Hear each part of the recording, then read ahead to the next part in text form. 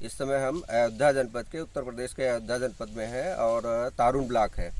हम आपको एग्रीकल्चर की कुछ जानकारी आपको देना चाह रहे हैं और इसमें हम ये बताना चाह रहे हैं, हमारे साथ में ये फार्मर है शिवराज जी, इनका नाम है। ये हमें कई लोगों को जो शहरों में रहते हैं उनको ये जानकारी नहीं होती है कि कौन सी फसल कहाँ कैसे पैदा होती है, तो थोड़ी फसलों की जानकारी देने के लिए हम यहाँ पे हैं। अभी ये हम एक खेत में खड़े हुए हैं। हम शिवराज जी से जानेंगे ये कौन सी फसल है। ये शिवराज जी, ये हम लोग यूट्यूब पे हैं, आप जो भी जानकारी देंगे वो हम यूट्यूब पे रखेंगे। हमारे बाकी लोग जो शहरों में रहते हैं उनको भी जानकारियाँ होंगी इससे। तो शिवराज जी, ये किस चीज़ की फसल है, क्या बताएंगे आपको इसके बारे में? ये गेहूं की फसल है। हाँ। और ये नवंबर से दिसंबर तक इसकी बुआई कर दी जाती है। अच्छा अच्छा। हाँ, और मार्च अप्रैल तक इसकी कटाई भी हो जाती है। अच्छा, मार्च अप्रैल में कटाई होती है। तो कटाई की क्या व्यवस्था है इसमें? कटाई आप कैसे करते हैं? भूसा गेहूँ या मतलब इस तरह से मशीन में खेत में आके कटाई होती है, खेत से बाहर कैसे करते हैं इसको? यहाँ पे खेत पर भी होती है और मशीन से भी की जाती है। अच्छा, बाहर ले जाके मशीन पे करते हैं। मतलब जिनको भूसे की जरूरत होती होगी वो बाहर जाके करते होंगे। हाँ। और जिनको भूसे की जरूरत नहीं होती वो कंबाइन वगैरह से या इस तरह की मशीनों से खेत में कटाई कर देते होंगे। फिर मशीनें आपको हायर करनी पड़ती होंगी, किराए पे लेते होंगे आप लोग? हाँ, किराए पे आता है। ठीक है। तो ये गेहूं की फसल अभी लगभग कितने दिन की फसल हो गई होगी?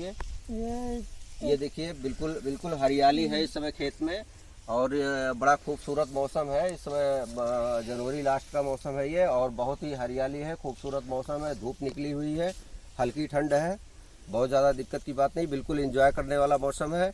जो लोग शहरों में रहते हैं वो थोड़ा सा गाँव में निकले, एंजॉय करें। मौसम बड़ा हरा भरा है। और शिवराज जी, जो हम आपसे बात कर रहे थे, ये लगभग कितने दिन की फसल हो गई होगी? 1 महीने की। अच्छा, लगभग 1 महीने की फसल होगी। लगभग 2-2.5 महीने बाद ये फसल आपकी तैयार होगी। हाँ, 2.5 महीने में कटेगी। फिर हम लोग वो गेहूं की फसल बनेगी आपकी, और उससे हम लोग को आटा प्राप्त होगा, उससे हम लोग को रोटी प्राप्त होती है। तो ये है किसानी दोस्तों। और हम लोग को जो पूरा जीवन यापन करने के लिए, हमारा जो जीवन जीने के लिए खाद्य पदार्थों की ज़रूरत होती है वो हम लोग को इन्हीं जगहों से प्राप्त होती है। ये थोड़ा सा सुनसान ज़रूर लगता है, लेकिन सारा जीवन यहीं पे वास करता है। यहीं पे हवा शुद्ध बनती है, यहीं पे खाना शुद्ध बनता है, और सारी चीज़ें जो जीवन जीने के लिए आवश्यक चीज़ें हैं वो यहीं से पैदा होती हैं। तो एग्रीकल्चर में थोड़ी सी जानकारी दोस्तों देने के लिए हम आपको देने के लिए जानकारी हम यहाँ पे है, और ये शिवराज जी से हम जानकारी ले भी रहे हैं। तो ये हो गई आपकी गेहूं की फसल। हम अगली फसल के बारे में जानकारी करना चाहेंगे, सरसों की। इस समय चूँकि सरसों का सीज़न है और सरसों की फसल हम शिवराज जी से जानकारी लेंगे, आपको दिखाते हुए फसल भी। तो आगे चलते हैं हम लोग सरसों की फसल की तरफ। हाँ, अभी हम लोग आ गए हैं सरसों के खेत में, और ये है सरसों की फसल। जैसा शिवराज जी ने हमको बताया, ये सरसों की फसल है। और शिवराज जी, ये सरसों की फसल लगभग इस समय किस कंडीशन में है? ये तैयार होने के लगभग कितने पहले है? अभी कितने समय बाद ये तैयार होगी? थोड़ा सा आप मूव करके सरसों के खेत को भी दिखा दें। और इसका बुआई कर 1.5 महीने हो गए हैं। हाँ। जी, अच्छा, बुआई के लगभग 1.5 महीने हो गए हैं। ठीक है। अब इसमें फली लग रहा है। जी। हाँ, फली तो जैसा हम देख पा रहे हैं इसमें फली लग चुकी है।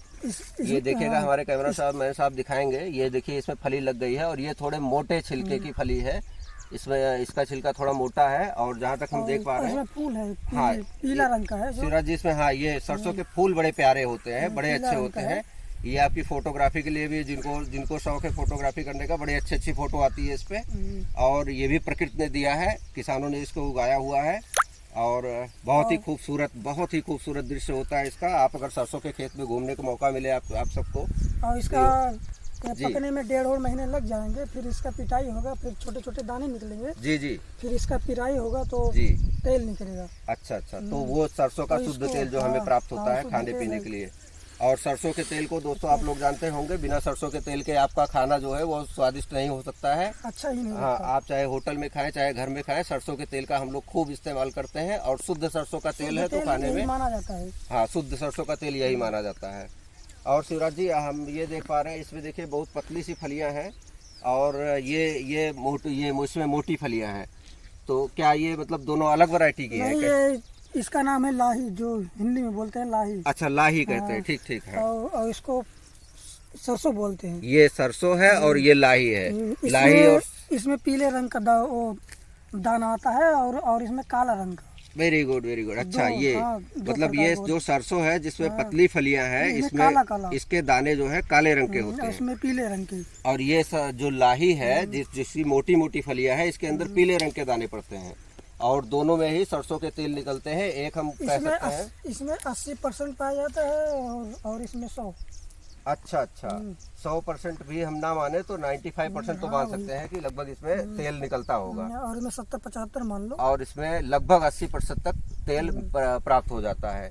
तो खाने में हम लोग जाते कभी कभी तो बाजार में भी ऐसा होता है, जब फुटकर दुकान वाला बेचता है तो वो बोलता है कि आपको पीला तेल चाहिए या काला तेल चाहिए, काली सरसों का। ठीक है, तो ये होता है काली सरसों और पीली सरसों, यानी सरसों की प्रजातियां, ये लाही है और ये सरसों है। तो इस समय बिल्कुल पुष्पावस्था में है, बहुत ही खूबसूरत है। इस समय गांव में जिस भी क्षेत्र में जाएंगे खेती के, आपको इस तरह के खूबसूरत नज़ारे देखने को मिलेंगे, और ये प्रकृति का अनमोल वरदान है। ये सब चीज़ें हम लोग मैन्युफैक्चर नहीं कर सकते हैं किसी भी फैक्ट्री में, ये कुदरत ने दिया हुआ है, और किसानों ने इसको दिन रात मेहनत करके इसको उगाया हुआ है, और इससे जो तेल प्राप्त होगा उस तेल का हम लोग अपने खाने में आनंद लेंगे, एंजॉय करेंगे उसको। तो सभी का एक जो इकोसिस्टम बना हुआ है कि किसान बना के हमको दे रहा है, और हम लोग इसको अपने खाद्य पदार्थों में इस्तेमाल करते हैं। तो हम सभी को जानकारी होनी चाहिए जो हम खाते पीते हैं वो चीज़ें आती कहाँ से हैं, तो किस तरह से किसान मेहनत करके पैदा करता है। सरसों कहाँ पैदा होती है, तो सरसों का तो देखिए आप, इस तरह के पेड़ हो गए हैं, ये लगभग 1-1.5 महीने का बोया हुआ हो गया है, और अब फूल आ गए हैं इसमें, और 1.5 महीने और लगेंगे। 1.5 महीने और लगेंगे ये पकने की स्थिति में। जब ये पक जाएगी तो शिवराज जी का कहना है कि इसकी कटाई करके और फिर हम लोग पिटाई करते हैं, फिर उसमें छोटे छोटे दाने निकलते हैं। फिर उन दानों को हम, हाँ, दाने के बाद फिर उसके लोग काम भी कर रहे हैं। गन्ना की छिलाई चल रही है इस समय, और ये सवाजीत मौर्य जी हैं, ये इनका खेत है और गन्ने की छिलाई कर रहे हैं अपने। तो सवाजीत जी ये बताएं, ये गन्ना है जो, ये क्या मतलब आप लोग इसकी छिलाई कर रहे हैं, ये इसी साइज में होता है या इससे छोटा बड़ा भी होता है गन्ने की साइज? इससे बड़ा भी होता है। अच्छा, गन्ने के इससे बड़ा भी होता है। तो आपका गन्ना थोड़ा छोटा है ये, तो क्यों ये गन्ना छोटा रह गया? मतलब कि इसमें दवा पानी कम पड़ा, इसके कारण से। अच्छा, थोड़ा दवा के अभाव में और कीड़े उड़े लग जाने की वजह से। और उधर जरा कैमरामैन साहब दिखाइए, एक किसान उधर गन्ने की कटाई कर रहे हैं। देखिए ये गन्ना होता है पत्ती सहित, ये इसमें सारी पत्तियां लगी होती हैं, और ये पूरा जो गन्ने का खेत है, ये हमारे भाई साहब है, ये गन्ना इधर काट रहे हैं। गन्ना काटते समय ये पूरी पत्तियां इसमें लगी होती हैं, और इन पत्तियों को साफ करके ये जो है, ये पत्तियां साफ करके, और उसके बाद फिर ये गन्ने चीनी मिलों को भेजे जाते हैं, और फिर चीनी मिलों पे पेराई होके फिर हमको चीनी तैयार होती है, मिलती है, और फिर हम लोग वो चीनी अलग अलग तरीक़ों से अपने खाने में इस्तेमाल करते हैं। तो ख़ास तौर से चाय की चुस्कियाँ लेने के लिए चीनी की बहुत ज़रूरत होती है, चीनी की खपत भी है। तो इस तरह से किसान मेहनत करता है तो हम लोग को जाके चीनी प्राप्त होती है। तो ये सारे हमारे किसान लोग हैं, ये सभी काम कर रहे हैं। ये सुबह 5 बजे से अपने खेत पे आ जाते हैं। सवाजी जी, लगभग कितने बजे सुबह आप खेत पे आते हैं? मतलब कि 5 बजे 5:30 बजे तक आ जाते हैं। 5-5:30 बजे तक आप आ जाते हैं, और लगभग दिन में खेत पे रहते हैं, 2 बजे तक खेत पे रहते हैं। फिर आप खाना पीना खा के फिर दोबारा कैसे करते हैं? फिर 3 बजे से फिर 3 बजे से वापस आ जाते हैं अपने खेत पे। सवाजी जी, ये हम यूट्यूब पे ये जानकारी देने के लिए आपसे ले रहे हैं जानकारी, ठीक है। इसमें ये क्या होता है कि जो लोग शहरों में रहते हैं, खासतौर से उनको जानकारी नहीं होती है कि हमको चीनी कहाँ से मिलती है। तो चीनी को वो सफ़ेद चीनी देख के लगता है कि नहीं, चीनी बस ऐसे ही होती है, लेकिन वो चीनी कितनी मेहनत से आती है ये पता होना बहुत ज़रूरी है। तो आप जो है, ये गन्ने का पूरा खेत एक बार कैमरामैन साहब आप दिखा दें, और ये गन्ने की छिलाई भी है, इसमें महिला पुरुष सभी लोग बराबर से काम करते हैं। आप इधर से थोड़ा सा, तो गन्ने की फसल के बारे में सभी लोग ये जानिए कि आप, ये गन्ने की फसल इस समय तैयार है कटाई के लिए, और ये लोग आप लोग कटाई कर रहे हैं यहाँ पे। कटाई के बाद छिलाई करते हैं, छिलाई के बाद ये गन्ना पेराई मिलों को जाता है। और सवाजीत जी, फिर इसके बाद ये गन्ना आप लोग लगभग मिलों को कैसे भेजते हैं? कितना गन्ना तैयार होता है फिर मिलों को जाता है? 300-350 बोझ लगता है। अच्छा, 300-350 बोझ बनाते हैं आप लोग, मतलब उसके गन्ने का गट्ठर बनाते हैं। 70-75 कुंटल जाता है। 70-75 कुंटल एक ट्राली में जाता है। तो ट्राली आपकी वहाँ पे मिल पे तौली जाती है, फिर आप लोग मतलब उसका आप लोग को फिर पैसा मिलता होगा लगभग कितने दिनों में?